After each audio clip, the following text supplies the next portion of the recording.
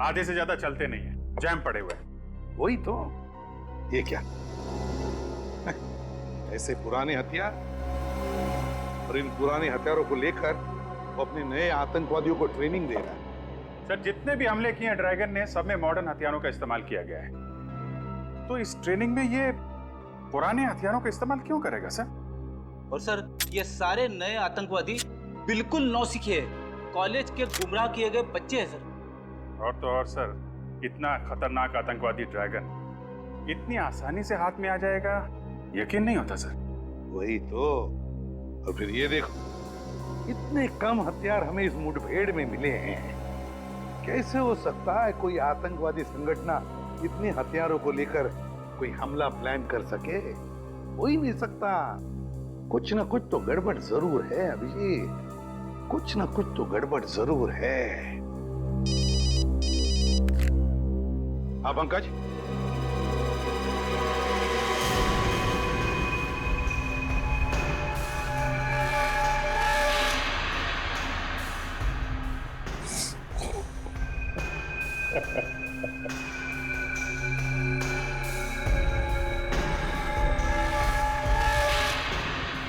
अगर तुझे लगता है कि खामोश रहने से तू बच जाएगा तो ये तेरी बहुत बड़ी बेवकूफी है।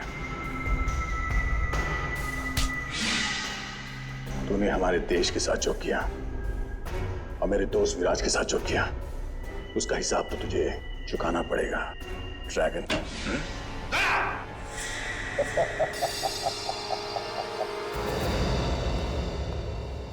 तुम अंदर आए कैसे?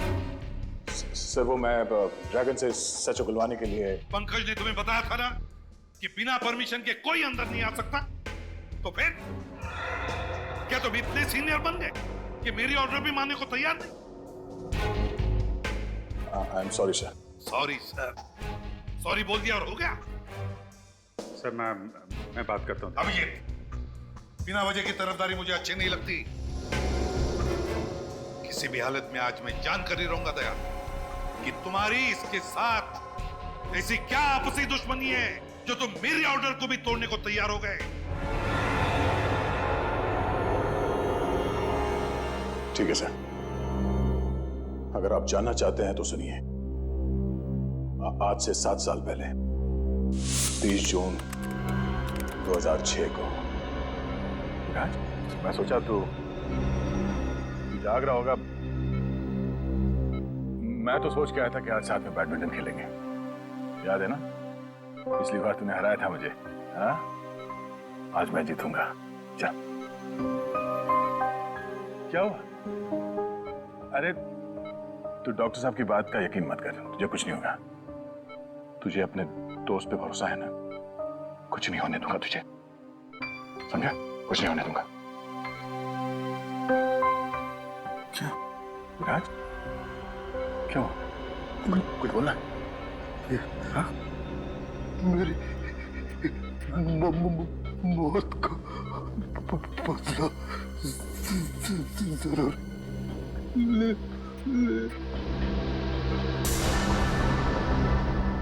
विराज, विराज!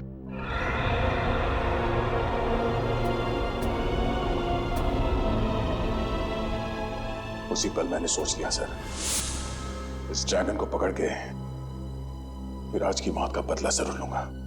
दया, तुम्हारा दर्द मैं समझ सकता हूं, मगर भावनाओं में बहकर कानून को अपने हाथ में लेना तुम जैसे सीआईडी ऑफिसर को शोभा नहीं देता। मैं समझता हूं सर, पर आप मेरा यकीन कीजिए सर, मैं अपनी आपसे दुश्मनी के लिए आपके ऑर्डर्स के खिलाफ नहीं जाऊंगा। माना कि मेरे अंदर मेरे दोस्त की मौत का गुस्सा आज भी है, पर मैं जो कुछ भी करूंगा कानून के दायरे में रह के करूंगा सर।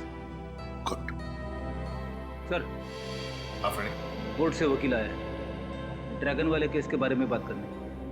ब्यूरो में लेकर आओ उसे। Yes sir.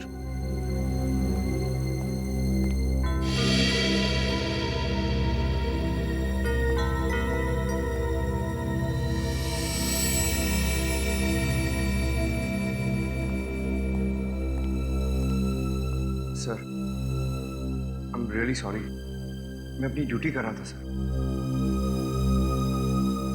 तुम जरा बाहर जाओ।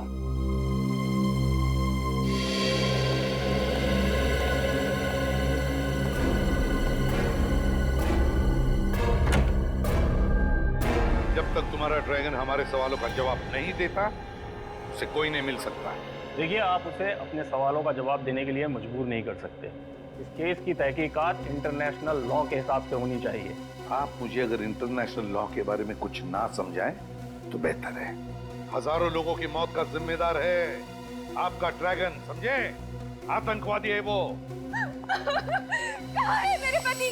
बोलिए, बताइए। एक मिनट मैडम, आप प्लीज शांत हो जाइए। पहले ये बताइए कि आप कौन हैं और क्या हुआ आपके पति को? 2 दिन से मेरे पति घर नहीं आए हैं। पता नहीं किस हालत में रखा है आपने उन्हें। हम आपके पति को कब लेके आए? आप ही तो लेके गए थे उन्हें ऑफिस से 2 दिन पहले, ये कहकर कि उन्हें कुछ घंटों में छोड़ देंगे, लेकिन अब 48 घंटे हो गए हैं। कौन है आपके पति? क्या नाम है उनका? नरेन कुमार, वो एक इंडस्ट्रियलिस्ट है। नरेन कुमार इंडस्ट्रियलिस्ट? नहीं, मुझे तो कुछ याद नहीं आ रहा। हमने ऐसे किसी भी नरेन कुमार को उठाकर नहीं लाए। आपको कुछ गलतफहमी हुई है। नहीं, मुझे पता है कि आप सीआईडी वाले उन्हें यहाँ लेके आए हैं। अगर हम आपके पति को यहाँ पे लेकर आते तो ये बात आपसे छुपाते क्यों? सर एक बहुत बड़ी गड़बड़ हो गई है। क्या गड़बड़ हो गई? सर, ड्रैगन मर गया। ड्रैगन मर गया? माय गॉड, अभिजीत देखो जरा।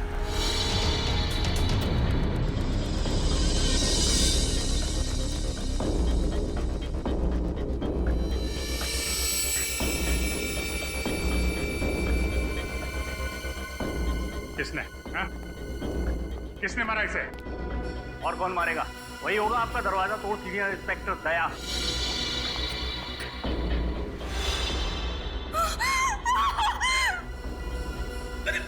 मैडम, ऐसा लगता है लाश लेके बेहोश हो गई है। इसको डॉक्टर को दिखाओ, जल्दी ले जाओ।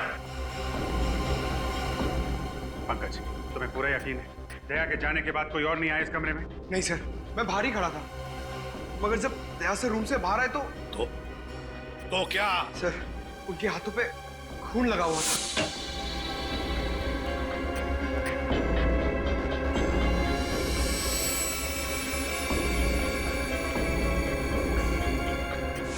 अभिजीत, यकीन नहीं आता, यकीन नहीं आता दया मेरे ऑर्डर तोड़ सकता है।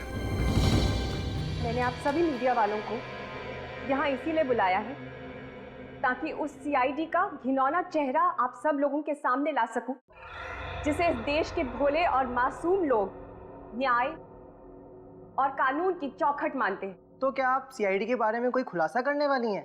जी हाँ, एक ऐसा खुलासा जिसमें शायद आपको एक औरत के दर्द का पता चले, अपने पति को खोने के दर्द का।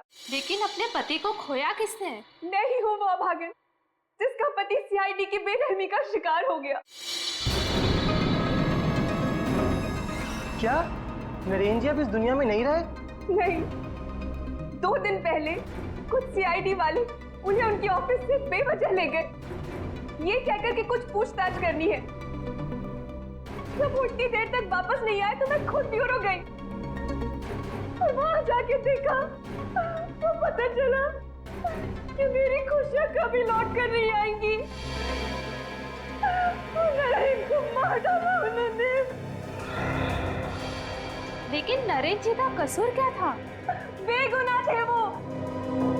सीआईडी वाले ड्रैगन नाम के आतंकवादी को पकड़ नहीं पा रहे थे, तो उन्होंने सोचा क्यों ना नरेन को ही ड्रैगन बता के कुछ नाम कमा लिया जाए। लेकिन उनकी मौत हुई कैसे? सीआईडी इंस्पेक्टर ने उन्हें इतना टॉर्चर किया कि नरेन की मौत हो गई।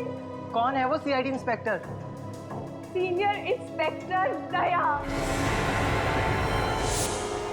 मशहूर इंडस्ट्रियलिस्ट नरेन कुमार की पत्नी नेहा कुमार ने सीआईडी पे एक बहुत ही गंभीर आरोप लगाया।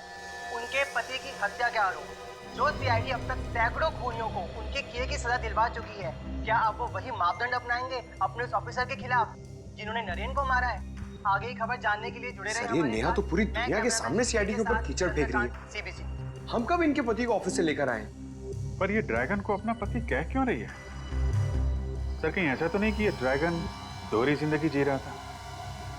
दुनिया के सामने नरेन और पर्दे के पीछे ड्रैगन। हो सकता है अभिजीत, बिल्कुल हो सकता है, लेकिन मुझे पूरा यकीन है कि जिस इंसान के साथ मेरी मुठभेड़ हुई थी वो आतंकवादी ड्रैगन ही था वो। सर, चाहे नरेन हो या ड्रैगन, दया सर को उसे मानना नहीं चाहिए था। रेडी, तो क्या कह रहे हो? तुम्हें मालूम है ना कि दया जोश के वक्त भी होश नहीं खोता है। अपना गुस्सा उतारने के लिए वो कभी भी एसीपी साहब के ऑर्डर का अपमान नहीं करेगा। अभिजीत ठीक कह रहे हैं फ्रेडी। बॉस, मुझे भी यही लगता है कि दया इस आदमी की मौत का जिम्मेदार नहीं हो सकता है। तो फिर कौन हो सकता है साळुंखे? वो कौन सकता है? इसके शरीर पर लगी हुई ये चोट, ये जख्म जो इसे 2 दिन पहले लगे थे। 2 दिन पहले? अगर चोट 2 दिन पहले लगी तो फिर हमें नजर क्यों नहीं आई? क्योंकि वो जख्म बहुत होशियारी के साथ छिपाए गए थे सैंडाइड ट्राइडिक्सिन नाम के एक पाउडर से, जो कि मेकअप में काम आता है। इतना अच्छा मेकअप पाउडर के 2 दिन तक नहीं निकला? पंकज, ये मेकअप पाउडर इतना स्ट्रांग होता है कि महीनों तक नहीं उतरता, लेकिन इसका मेकअप इसलिए उतर गया क्योंकि इसकी अंदरूनी चोटों की वजह से इसे इंटरनल ब्लीडिंग हुई। उस इंटरनल ब्लीडिंग की वजह से इसका हार्ट सीज हो गया, इसे पसीना आया और उस पसीने की वजह से ये मेकअप उतर गया। तो फिर हो सकता है सर ये ड्रैगन हो ही ना, ये नरेन हो। नरेन? बस, इन चोटों के साथ साथ इस आदमी को 2 दिन पहले हाई वोल्टेज का इलेक्ट्रिक शॉक भी दिया गया था, जिसकी वजह से ये अपनी बोलने की ताकत खो चुका था। इसीलिए हमारे सवालों का जवाब नहीं दे पा रहा था। और अभिजीत, मुठभेड़ से पहले तो ड्रैगन के साथ मेरी बातचीत भी हुई थी। इतनी बड़ी साजिश हमको गुमराह करने के लिए, ये सारा प्लान इस ड्रैगन ने ही रचा है। उसे पता चल गया था कि हम वहां हथियार बेचने के बहाने जाने वाले हैं, और इसीलिए ना तो हमें ज्यादा हथियार मिले और ना ही उसके ग्रुप के खतरनाक आतंकवादी। वही तो, और उसने अपनी शक्ल के नरेन को अपनी जगह बिठा दिया ड्रैगन बनाकर, और फिर उसे गिरफ्तार भी करवा दिया। हमसे पंगा ले रहा है वो। बहुत बड़ी कीमत चुकानी पड़ेगी इस ड्रैगन को। पता लगाओ वो कौन सीआईडी ऑफिसर्स थे जिन्होंने नरेन को गिरफ्तार किया था। लोग यहाँ क्यों आए हैं? मेरे पति को तो आपने मार ही डाला है, अब क्या मुझे भी फांसी पर चढ़ाने आए हैं? देखिए, हम लोगों ने आपके पति को नहीं मारा, इसलिए बेवजह दुनिया के सामने सीआईडी को क्यों बदनाम करना? अगर आम लोगों का हम पर से विश्वास उठ गया तो वो मदद के लिए किसके पास जाएं? तो क्या आम लोगों की गिनती में मैं और मेरे पति नहीं आते? क्यों उजाड़ दिया आप लोगों ने हमारा हंसता खेलता संसार? देखिए, सीआईडी ने कभी भी किसी का हंसता खेलता संसार नहीं उछाला और ना ही उछाड़ेगी। नेहा जी, हमें आप सिर्फ ये बताइए कि आपके पति को कौन से सीआईडी ऑफिसर यहाँ से ले गए थे? सीनियर इंस्पेक्टर प्रशांत और सीनियर इंस्पेक्टर अनुराग। प्रशांत और अनुराग? मगर इस नाम के तो कोई भी ऑफिसर सीआईडी में है ही नहीं। जब आप सीआईडी ब्यूरो आई थी तब वो दोनों ऑफिसर्स वहां थे? नहीं, मैं नहीं जानती, क्योंकि मैंने उन्हें देखा ही नहीं। जब वो मेरे पति को ऑफिस से लेके गए तब मैं घर पर थी। आपने नहीं देखा, लेकिन ऑफिस के सीसीटीवी कैमरास ने जरूर देखा होगा।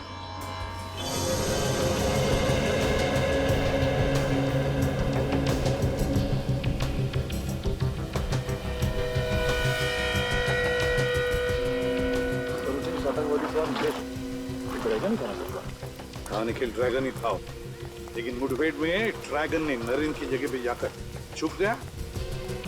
फिर अपनी जगह पे उसने नरेन को भेजा गिरफ्तार करवाने के लिए। मगर सर, उस दिन ऑपरेशन के बाद तो हमने यहाँ पे घंटों सर्चिंग की थी।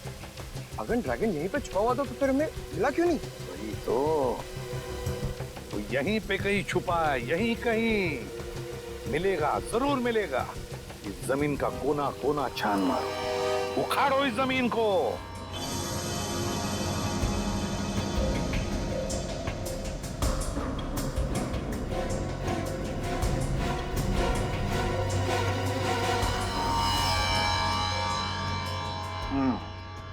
नकली सीआईडी वाले बन के नरेन को अपने साथ ले गए।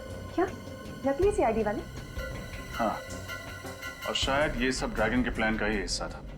वो नरेन को ड्रैगन बनाकर हमें गुमराह करना चाहता था ताकि खुद किसी बड़े जुर्म को अंजाम दे सके।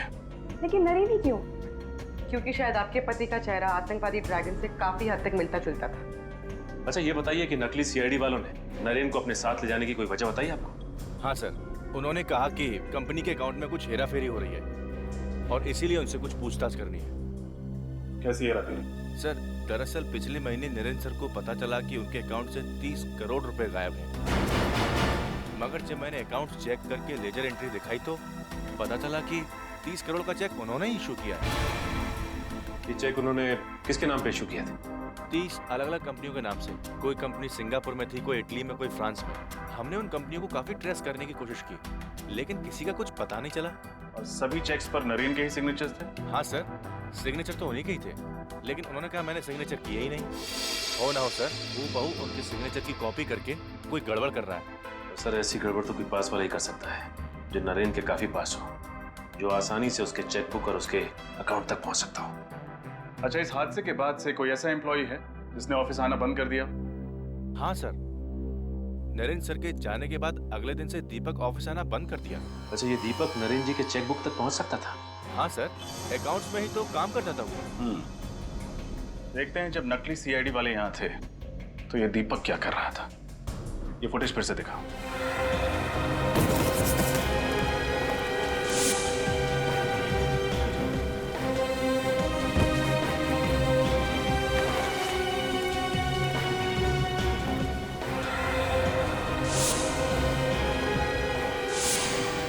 सर, हाँ निखिल,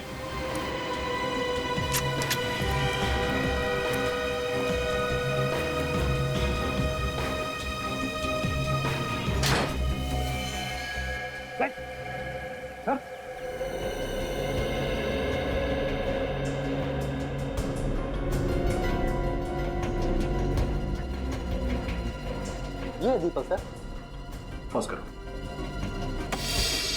अब रिवाइंड करके फिर से प्ले करो।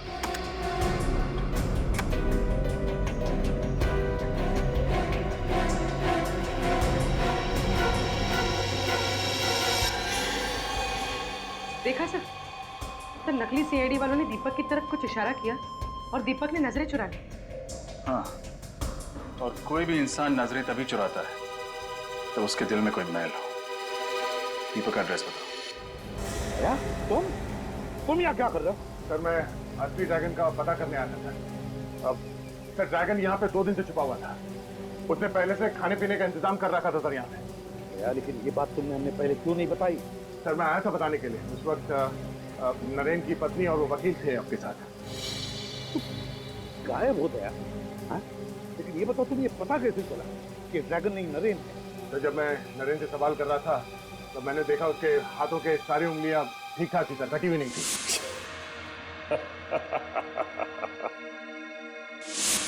जबकि विराज ने मुझे बताया था कि ड्रैगन के दाएं हाथ की ये वाली उंगली सर, रिंग फिंगर, कटी हुई। ड्रैगन की हाथ की एक उंगली कटी हुई है। उस वक्त मैं समझ गया सर कि ये ड्रैगन हमें गुमराह करने की कोशिश कर रहा है। अब ये सारा चक्कर समझ में आ रहा है, सारा चक्कर समझ में आ रहा है। कैसा चक्कर सर? यही कि ड्रैगन नरेन क्यों बना? नरेन क्यों सर? कोई ना कोई बड़ा आतंकवादी हमला प्लान कर रहा है ये ड्रैगन। मतलब सर? पंकज, हर आतंकवादी के पीछे देश के इंटेलिजेंस ब्यूरो के जासूस लगे रहते हैं। वैसे इस ड्रैगन के पीछे भी लगे थे और इसीलिए तो पिछले साल भर में कुछ भी नहीं कर पाया, कोई भी हमला नहीं कर पाया। और इस झूठी मुठभेड़ के बाद लोगों को लगा कि ड्रैगन पकड़ा गया है, तो इंटेलिजेंस के जासूसों ने नजर रखना बंद कर दिया। एग्जैक्टली, इसी का तो इंतजार कर रहा था वो। अब वो अपने अगले हमले का प्लान कर रहा है, अगले हमले का। और सर लगता है इस बार हमला बहुत बड़े स्केल पे करने वाला है। तभी तो 30 करोड़ रुपए का घपला करवाया उसने नरेन की कंपनी में। और उन 30 करोड़ रुपयों से न जाने कितने हथियार, कितने बॉम्ब्स खरीदेगा ये ड्रैगन। और इस बार न जाने कितने मासूम देशवासी उसके निशाने पे हैं। दया, हमारे किसी भी देशवासी को हम कुछ नहीं होने देंगे। इससे पहले कि ये ड्रैगन हमारे देश को कोई आंच पहुंचाए, कुचल देंगे हम उसे। अरे मुकेश, ओ मुकेश,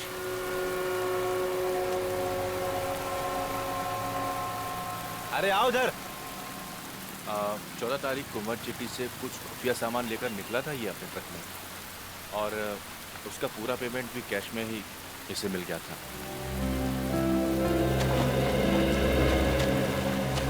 मुकेश, मैंने कुछ नहीं किया साहब।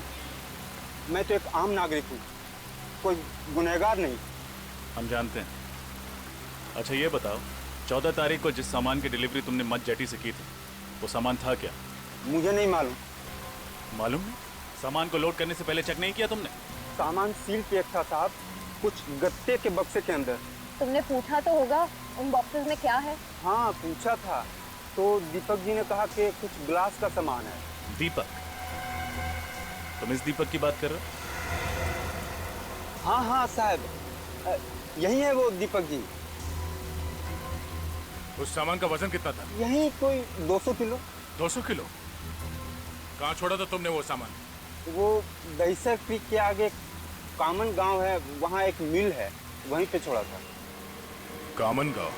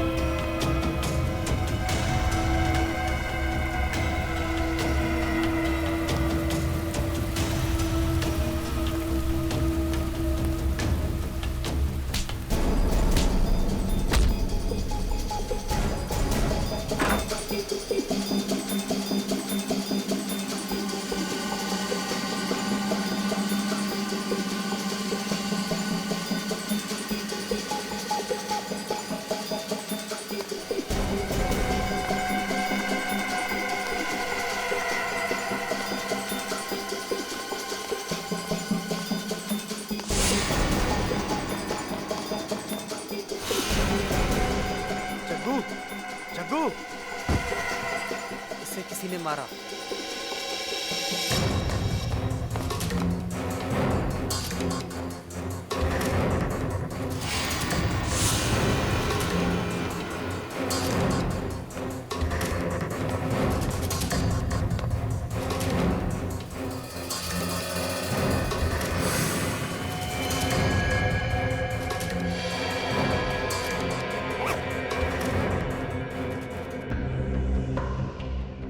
इस बार ऐसा धमाका करेंगे कि पटाखों की गूंज लोगों के दिलों में बैठ जाएगी। मुझे उस वक्त का इंतजार है जब हमारे बनाए हुए बॉम्ब से मासूम लोग सड़कों पर घायल पड़े होंगे और खून से लथपथ तड़प रहे होंगे।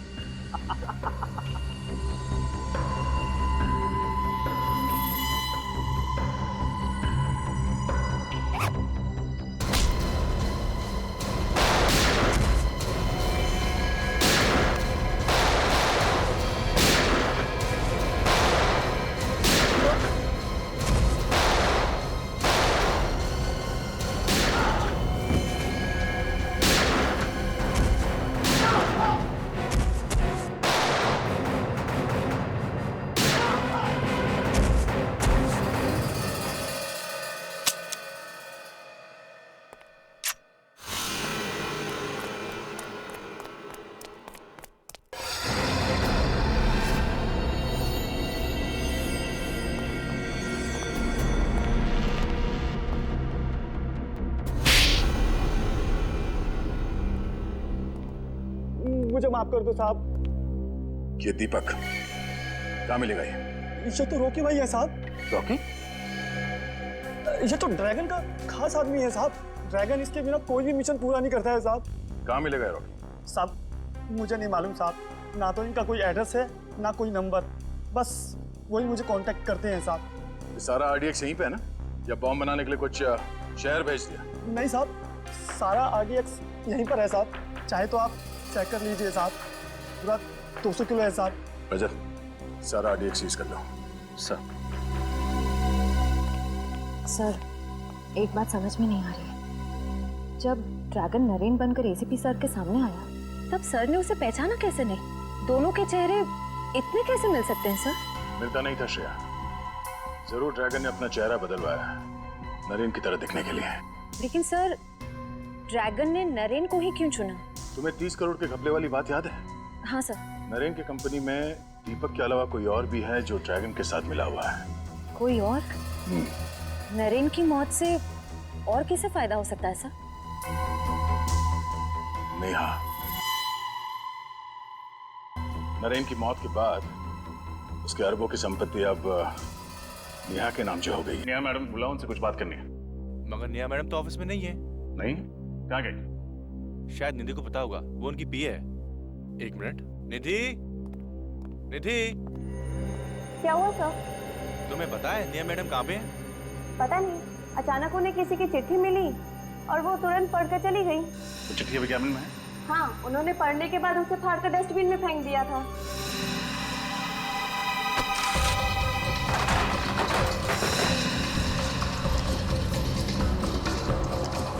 लगता है ये है चिट्ठी सर। टुकड़ों को जोड़ के देखता है।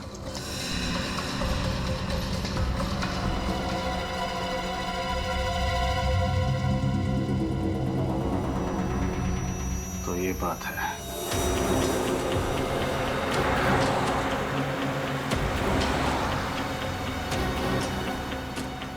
सब हो रही नेहा की कार।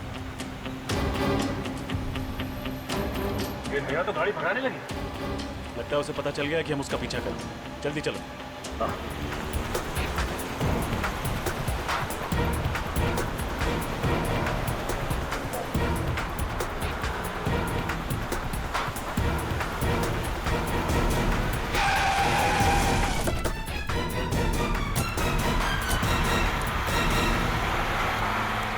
बहुत हो गया घूमना घुमाना, अब बाकी की सैर सीआईडी की गाड़ी में करना।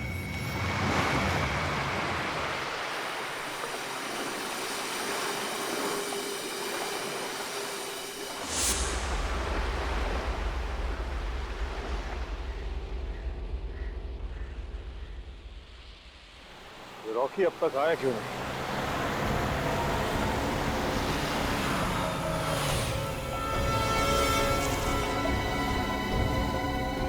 आ जाओ।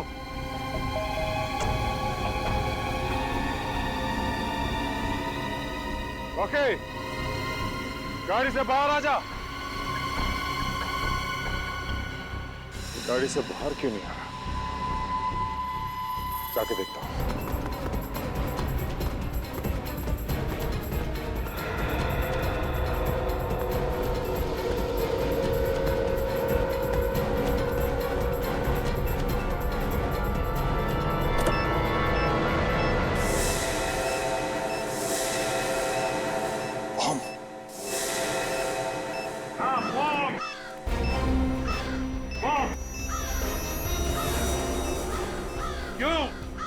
ड्रैगन, दुनिया के सबसे खतरनाक आतंकवादी। सामने बॉम्ब देखते ही पैंट गीली हो गई। कभी सोचा था बेचारे गरीब लोगों को उड़ाने के लिए बॉम्ब लगाते थे तब क्या बीतती होगी उन पर? क्या बीतती होगी उनके घर वालों पर? हाँ? तुम अकेले मेरा क्या बिगाड़ लोगे एसीपी? अपने चारों तरफ देख, देख चारों तरफ।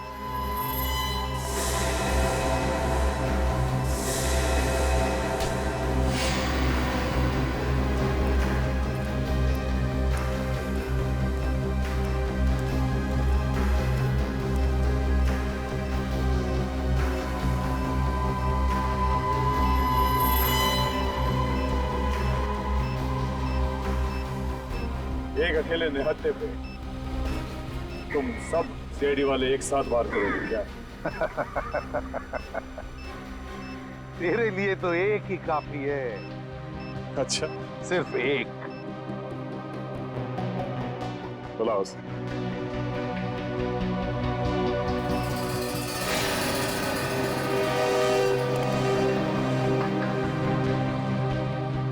दया,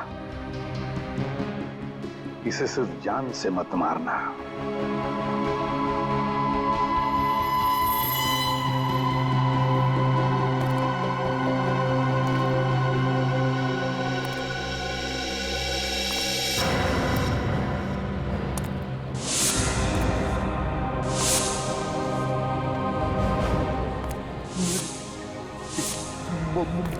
मौत का बदला जरूर।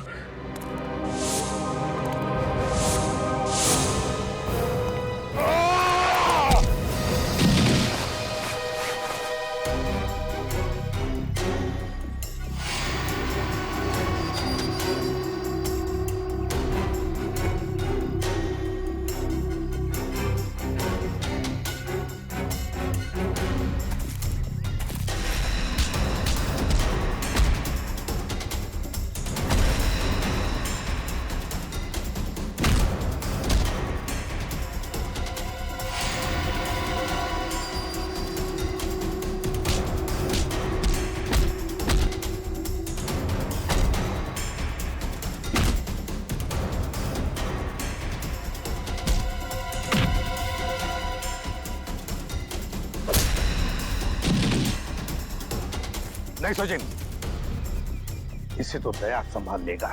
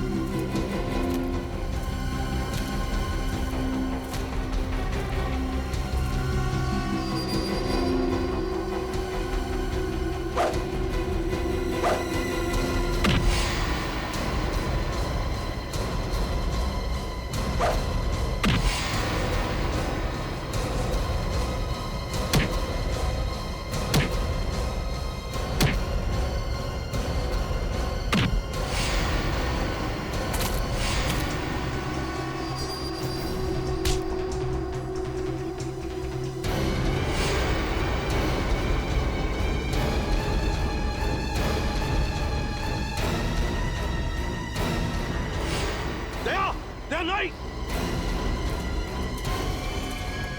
सैनिक छोड़ो उसे, हमारे देश का कानून उसे सजा देगा।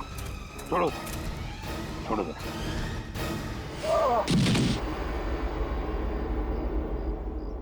हाँ हाँ, मैंने ही विराज का खून किया था।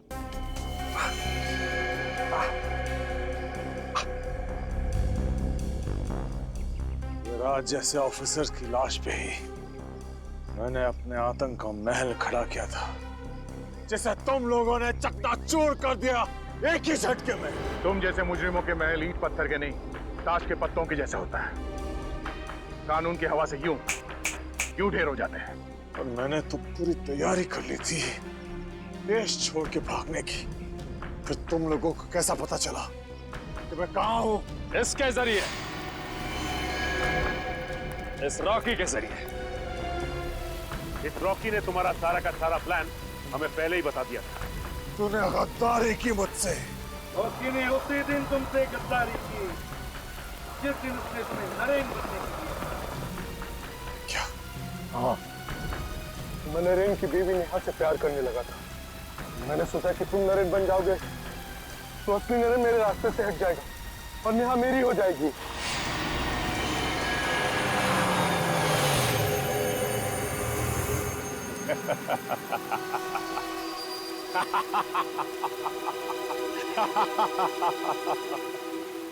तुमने मुझे पकड़ तो लिया, लेकिन यहां ऐसी कोई जेल नहीं बनी जो मुझे, ड्रैगन को, ज्यादा देर तक कैद रख सके। हमारे देश का कानून तुम जैसे दरिंदे को जेल की सलाखें ज्यादा दिन नसीब नहीं होने देता, समझे? जल्द से जल्द फांसी होगी, फांसी।